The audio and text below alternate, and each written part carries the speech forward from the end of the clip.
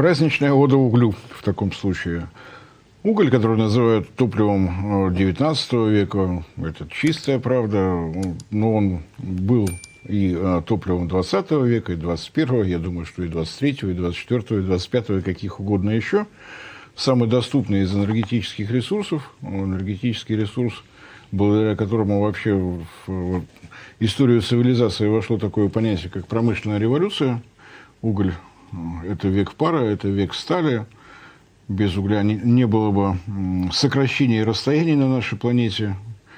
Конечно, романтично, парусники, но пароход надежнее, замечательно. Путешествие из Петербурга в Москву 4 дня путешествие описывал Радищев, но сейчас, по-моему, 4 часов хватает. Это он, это уголь. Уголь, ну, как минимум, в 2 лицах, на самом деле больше. Уголь обеспечивает не только энергию, но и производство стали того качества, к которому мы сейчас привыкли, которое обеспечивает и морское сообщение, и железнодорожное, и любое другое. На самом деле, без стали мы вообще себя не мыслим. Начиналась промышленная революция, век угля в Англии. Она из него благополучно выскочила. У нее, собственно говоря, закончились все месторождения. И теперь Англия один из главных активистов декарбонизации энергетики. Ну, раз угля не осталось. Ну, а если мы говорим о нашей стране, большой России, пусть у нас были и разные названия, и Российской империей мы были, и Советским Союзом. Что такое уголь для России? Уголь для России – это наша послереволюционная индустриализация, все, что происходило в годы первых пятилеток. Если не считать тех возможностей, которые давали гидроэлектростанции, все это уголь. Уголь – это Великая Отечественная война, Урал, который обеспечил нас возможностью переломить хребет европейскому фашизму, это опять уголь. Без него у нас никуда, и красивые слова, которые мы слышим о том, что уголь в России это сейчас уже такой мизер, всего 12% в энергетическом балансе, это, конечно, замечательно звучит, если мы говорим только об электрической энергии. Ну, на мой взгляд, это попытка спрятать уголь в уголок. Те, кто немножко тверже, ногами на земле стоят, 70% первичных энергетических ресурсов, добываемых в России, уходят на производство тепловой энергии. Тепловой, а не электрической. Если мы смотрим на такие простые вещи, как статистика, из 440 миллионов тонн угля, которые добываются в России, на экспорт уходит половина. Наше потребление угля, оно было, оно никуда не денется, мы навсегда с ним. Можно какие угодно говорить красивые слова про тотальную газификацию Дальнего Востока, но если у нас самое восточное подземное хранилище газа – это Ханты-Мансийский национальный автономный округ, то тотальная газификация всего, что восточнее, ну, мягко бы сказано, будет получаться с трудом, с учетом нашего климата, когда мы ложимся спать при 0 градусов, просыпаемся при минус 20, значит, должны были сработать пиковые электростанции. Представить себе, что это будут газовые электростанции, значит, рядом должно быть подземное хранилище газа.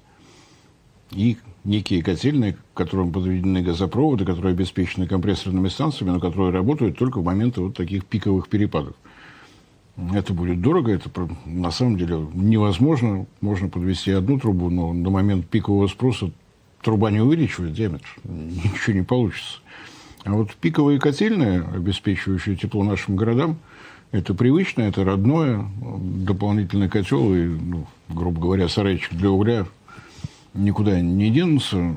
Так что кто бы что бы ни рассказывал про замечательные солнечные ветряки и ветряные панели, как их там можно рассказывать как угодно, пророчащие закат угольной эры, международное агентство год за годом фиксируют рекорды по объемам добычи.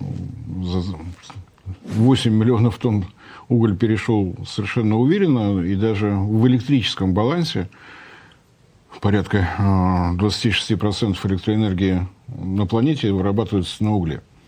И этот процент не думает уменьшаться, если уменьшается, то на долю процента. И причина здесь достаточно очевидна. Солнечные ветряки, климатозависимая погода, они не дают возможности создать такую емкую объединенную энергосистему, а это значит, что если страна решила перейти на солнце и ветер, значит, не будет тяжелой промышленности, не будет металлургии, химической промышленности. Нравится это кому-то или нет? Конечно, можно говорить о том, что газ экологичнее, моднее, современнее, но если мы говорим о развитых странах, а спрос на энергию будет расти прежде всего именно в них, а закат Европы для энергетиков, собственно говоря, уже состоялся. Мы год за годом наблюдаем, как там сокращается производство электрической энергии, падают все прочие объемы. А каким образом можно обеспечить газом страны, где нет магистральных трубопроводов, газопроводов? Можно, конечно, в силу географических причин, масса островных государств, куда трубу никогда не приведешь. Я сейчас не сказал Япония, но это я постеснялся на самом деле. Я не сказал Южная Корея, которая фактически тоже остров. Конечно, теоретически можно привести СПГ, и вообще все будет замечательно. Но что это значит для стран, допустим, в Африке? Нужно построить регистрационный терминал, который будет работать для того, чтобы газ в нормальное, в обычное состояние привести. Дальше нужен трубопровод, который приведет газ на электростанцию. Нужны подземные хранилища газа, если идет попытка газифицировать страну, опять разветвленная сеть распределительных трубопроводов и так далее, и так далее. Дорого. Дорого, долго. А вот Балкер, который привез 100 тысяч тонн угля в порт, дальше проблемы решаются не высокотехнологичными методами. Можно даже не железной дорогой. Грузовиков будет вполне достаточно, чтобы электроэнергия пришла в те страны, где с ней действительно глобальная проблема.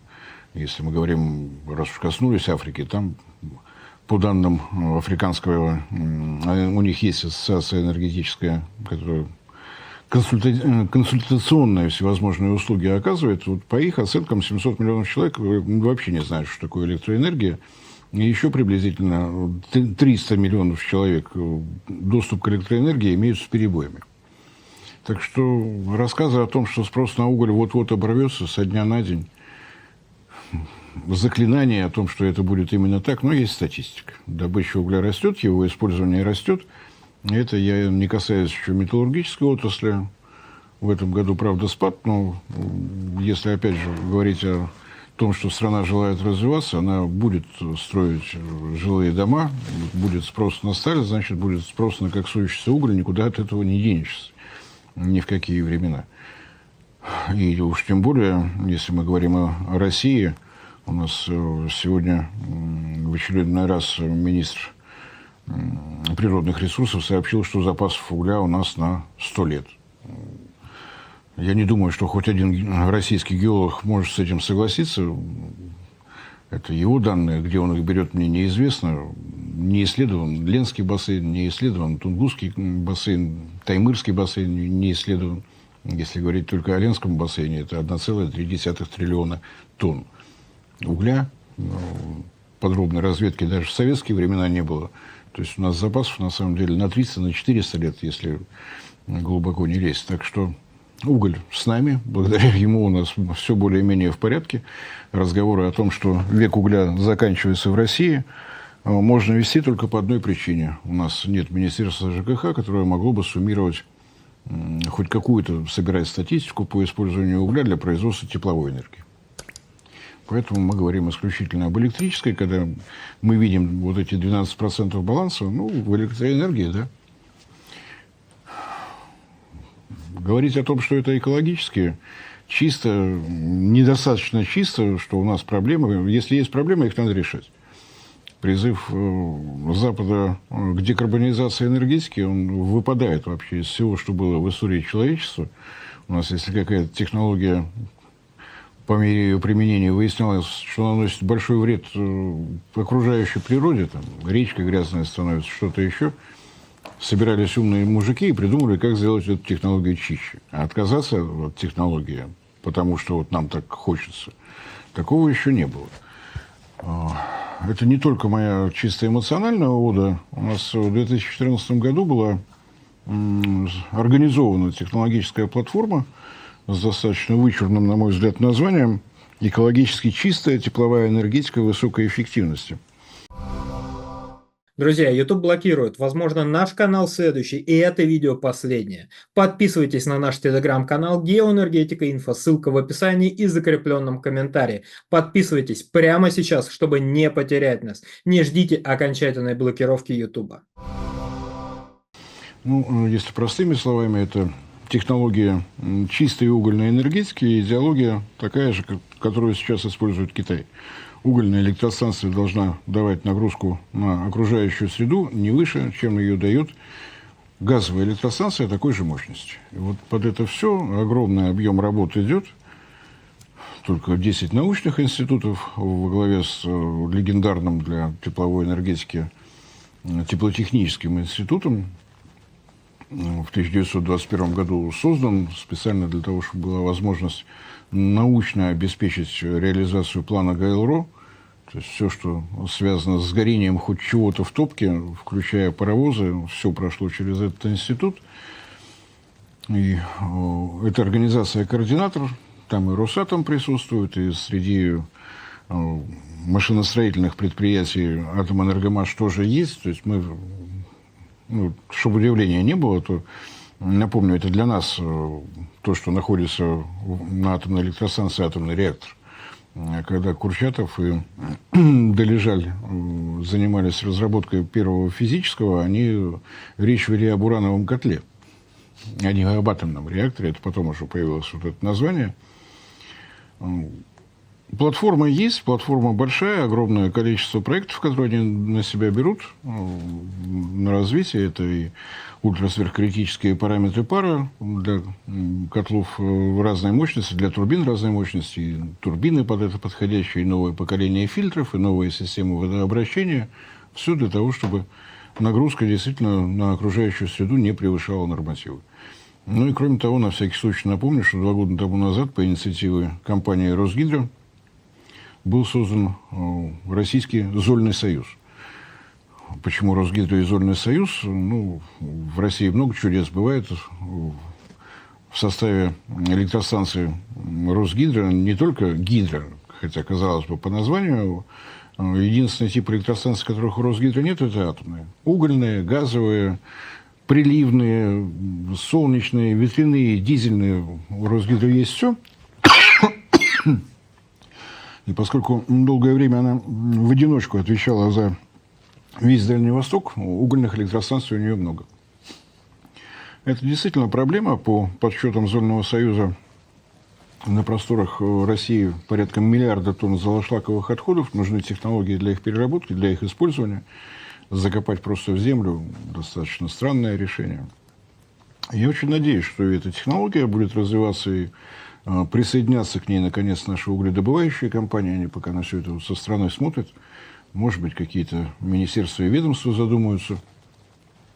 Пока, кроме Министерства энергетики, никто там из федеральных органов власти не присутствует, а Министерство энергетики, оно у нас далеко не самое богатое, поэтому научно-исследовательские, опытно-конструкторские работы идут с тем темпом, вот, которые позволяют. Отдельное спасибо Интерао, основной, так сказать, финансовый двигатель этой платформы, и выход Интерао с угольными электростанциями в Казахстан – это плоды вот той самой технологической платформы. Ты имеешь в виду эти вот три угольных электростанции, которые будут построены в Казахстане? Это будут непростые электростанции. Это вот то, что удалось добиться за эти 10 лет. Я думаю, что в Казахстане будут с удовольствием наблюдать за тем, какой может быть угольная электростанция. То, что работает у них, средний возраст электростанции Казахстана, простите, перевалил за 60 лет. Мы, правда, сами недалеко ушли. У нас тоже полтинничек, но тем не менее. Тем не менее. Я думаю, что если у Интерао получится в Казахстане, будет получаться и в Сибири. Я с большим почтением отношусь к газу, но вот есть сила Сибири, есть возможность газифицировать что-то вдоль нее. Появится Сахалинский маршрут, будет соединение этих трасс. Но это юг Приморья. А в Магаданскую область магистральный газопровод придет, вероятнее всего, никогда.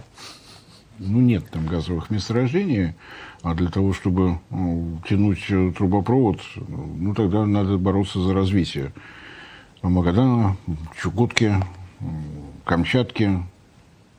У нас несколько низкая плотность населения там, и сказать, что там очень сильно развита промышленность, тоже сложно.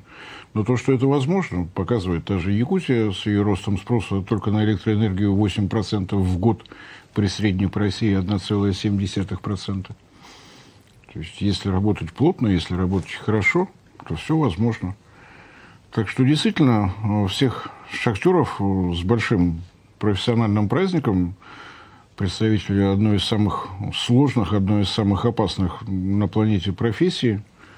Правда, у нас в последние годы шахтная добыча снижается, все больше карьеры, но, тем не менее, с учетом того, где добывается уголь, это и Кузбасс, где зимой отнюдь не холодно, это совершенно невероятные проекты в Ильге,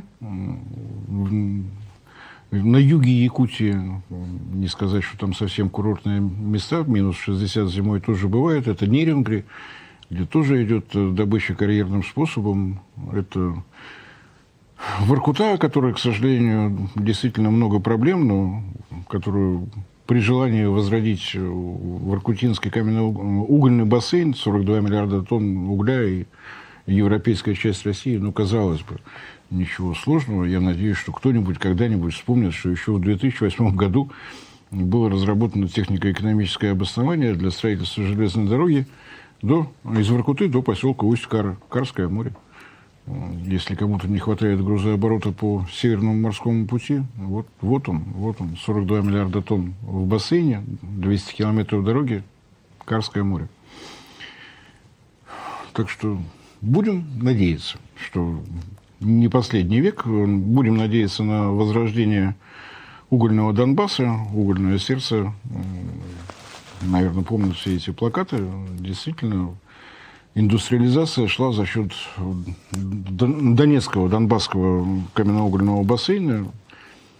Будем надеяться, что все то, что происходит сейчас на линии боевого соприкосновения, закончится так, как должно быть закончено. Линия уйдет на запад, как положено. И, конечно, сегодня еще одна дата, годовщина Курской битвы. К сожалению, встречаем вот так, как встречаем. Будем надеяться, что все это продлится недолго и завершено будет так же, как и 81 год назад.